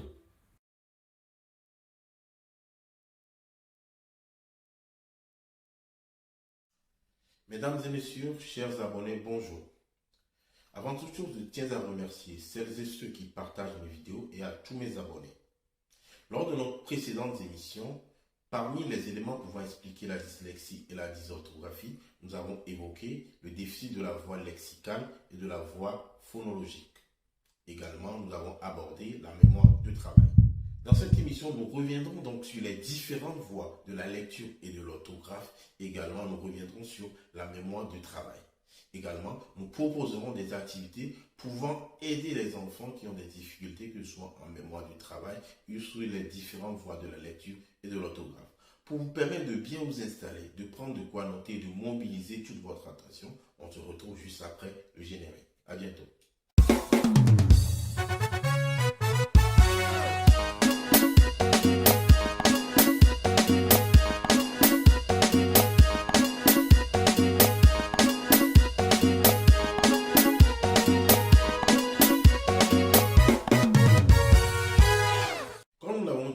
Précédentes émissions, nous lisons à travers deux voies. Une voie dite d'assemblage ou phonologie, une voie dite d'adressage ou orthographique.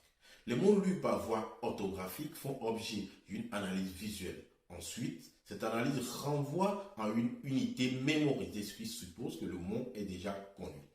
Ensuite, cela renvoie au sens.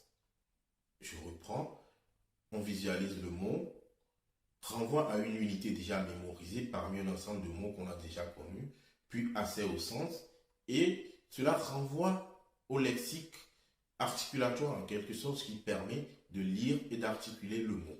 En revanche, les mots lus par voie d'assemblage font objet d'une segmentation en plusieurs unités ou d'un découpage si vous voulez. Ensuite, chaque unité découpée va correspondre à un son, ce qui fait par exemple que la combinaison AU correspond au son O. Ensuite, si on a déjà entendu le mot, on va accéder au sens, puis au lexique articulatoire qui permet d'articuler ou de lire le mot. Les deux voies de la lecture ainsi définies vont être utilisées en fonction du type de mot, ce qui permet de distinguer par exemple les mots réguliers, les mots irréguliers, les nouveaux mots, les logatomes et les mots connus. Les mots réguliers, ce sont les mots qui s'écrivent comme ils se lisent. Par exemple, mouton, se lit mouton, pas autrement. En revanche, les mots irréguliers sont des mots qui s'écrivent pas comme ils se lisent. Par exemple, monsieur, femme. Les logatomes sont des mots inventés qui n'ont pas de sens dans une langue donnée. La lecture des mots réguliers, des nouveaux mots, des mots rares et des logatomes se fait généralement par voie d'assemblage. Cette voie est préférentiellement utilisée par un apprenti lecteur. Ne connaissant pas le mot, il est obligé à chaque fois de découper et d'assembler avant de lire le mot. Également, cette voie va être utilisée par un lecteur expert quand il rencontre par exemple un mot nouveau. En revanche, cette méthode de découpage ne permet pas de lire les mots irréguliers. La lecture des mots irréguliers fait donc appel à la voie d'adressage qui permet de reconnaître rapidement le mot et de le lire. Cette voie permet donc de lire les mots irréguliers et les mots connus, ce qui permet une lecture plus fluide et plus rapide. Un apprenti lecteur ou un enfant qui apprend à lire va préférentiellement utiliser la voie d'assemblage. Étant donné qu'il n'a pas un lexique bien fourni, il va découper à chaque fois. En revanche, un bon lecteur va préférentiellement utiliser la voie d'adressage, mais utiliser la voie d'assemblage pour les nouveaux mots ou les mots inconnus. De façon résumée, comme vous le voyez sur cette figure, pour lire les mots réguliers, les nouveaux mots et les mots rares à orthographe régulier, nous utilisons la voie phonologique. En revanche, pour lire les mots fréquents et les mots irréguliers, nous utilisons la voie d'adressage. Alors, comment l'atteinte des deux voies de la lecture pourrait avoir des inconvénients sur l'apprentissage de la lecture et de l'orthographe? L'atteinte de la voie phonologique, par exemple, entraîne une atteinte de la conscience phonologique, cette conscience de son qui permet, par exemple, de reconnaître des rythmes. En plus, cela entraîne la difficulté de segmentation et la conversion graphème-phonème. De surcroît, l'atteinte de la voie phonologique entraîne des difficultés en mémoire du travail, cette mémoire qui est indispensable dans l'acquisition de la lecture. Et pour finir, l'atteinte de cette voie entraîne une lenteur dans l'accès à l'image motrice des mots. C'est-à-dire que chaque mot que nous lisons, nous en avons une image motrice qui permet de l'articuler. Et l'atteinte de la voie phonologique permettrait donc une atteinte de cette image. L'atteinte de la voie lexicale, elle autre, entraîne un déficit de la reconnaissance visuelle des mots en mémoire. Également, cela entraîne une utilisation exagérée de la segmentation, également un déficit de la mémoire de travail. Et pour finir, l'atteinte de la voie lexicale entraîne une confusion de l'orientation des lettres, également des difficultés d'accès au sens de ce qui est lu. Nous allons aborder maintenant ce que c'est que la mémoire de travail et son implication dans l'apprentissage de la lecture. La mémoire de travail, c'est une mémoire à court terme qui permet de manipuler, de stocker simultanément les informations pendant une tâche cognitive. Par exemple, si je vous demande de répéter des chiffres à l'envers. Exemple, je vous dis 1, 2, 3 et je vous demande de les répéter à l'envers, ce qui donne 3, 2, 1. Cet exercice fait appel à la mémoire de travail. Durant la lecture, ce système il est important dans la mesure où il permet le stockage et la manipulation simultanée des informations visuelles et phonologiques. Vous comprenez bien que son déficit pourrait avoir des inconvénients sur l'apprentissage de la lecture et de l'orthographe. Mesdames et messieurs, ce sera tout pour aujourd'hui. Nous vous remercions de nous avoir suivis du début jusqu'à la fin de cette émission. Si vous avez aimé, n'hésitez pas à partager, à liker et à vous abonner pour ne manquer aucune de nos nouvelles publications. On se retrouve à la semaine prochaine pour une nouvelle émission qui sera consacrée aux activités à faire pour aider un enfant qui a des difficultés en mémoire de travail et également sur les différentes voies de la lecture et de l'orthographe. Portez-vous bien, à bientôt, au revoir.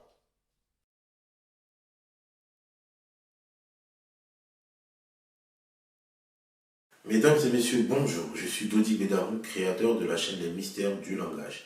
Dans cette émission, nous allons aborder l'empamnésique. L'empamnésique, qu'est-ce que c'est? Quelles sont les différentes modalités d'évaluation de l'empamnésique? Telles sont les questions que nous allons aborder dans cette émission. Mieux encore, nous vous montrerons comment évaluer votre empamnésique. Pour vous permettre de bien vous installer, de prendre de quoi noter et de mobiliser toute votre attention, on se retrouve juste après le générique. À bientôt.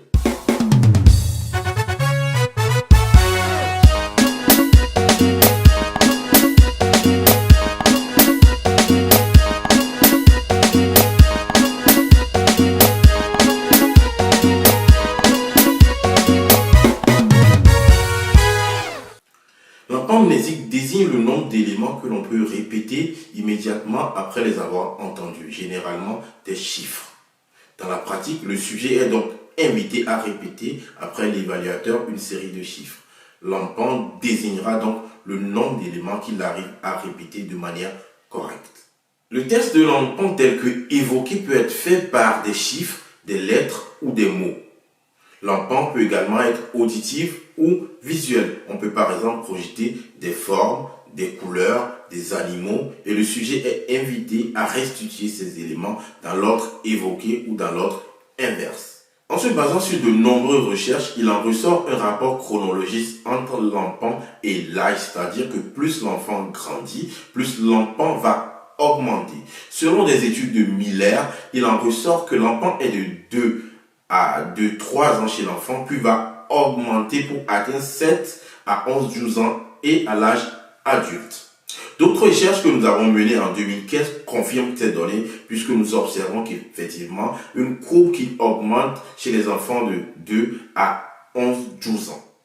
En faisant également une comparaison entre l'emprunt chez les enfants qui présentent des troubles du langage et de la communication et des enfants qui ne présentent aucune pathologie, on note également qu'une différence significative, c'est-à-dire que les enfants qui ne présentent pas de pathologie présentent un emprunt significativement plus important que les enfants qui ont des pathologies du langage et de la communication. On voit bien évidemment le rôle de l'emprunt dans les apprentissages scolaires, également dans l'acquisition du langage oral.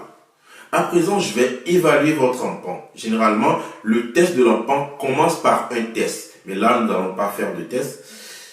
Vous allez répéter après moi. 6, 8, 2, 1. À vous. Maintenant, nous allons augmenter le nombre d'items. 2, 9, 5, 7, 3, 5. À vous. Maintenant, nous allons faire l'exercice, mais l'emprunt à l'envers, c'est-à-dire que vous allez commencer par le dernier item et finir par le premier. Vous êtes prêts? 6, 8, 2, 1. À vous. Si vous avez réussi, on va augmenter le nombre d'items. 2, 9, 5, 7, 3, 5. À vous.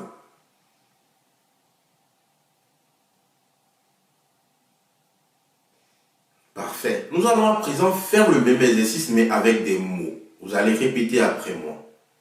Pic, sac, pot. À vous. Super. Maintenant, nous allons faire la même chose mais en augmentant la longueur des mots et le nombre. Éléphant, ordinateur, hélicoptère, chaussure. À vous. Vous pouvez ainsi vous amuser et augmenter le nombre d'emprunt. Vous pouvez le faire à l'endroit et à l'envers, avec une amie, avec un ami, avec vos enfants, pour augmenter ainsi votre capacité de traitement des informations à court terme. Voilà, mesdames et messieurs, ce sera tout pour aujourd'hui. Merci de nous avoir suivis. Si vous avez aimé cette émission, n'hésitez pas à partager, à liker et à vous abonner. On se retrouve la semaine prochaine, probablement pour une émission. Je vous donnerai les 10 astuces pour aider un enfant qui a des difficultés en langage écrit. On se retrouve très prochainement. À bientôt. Au revoir.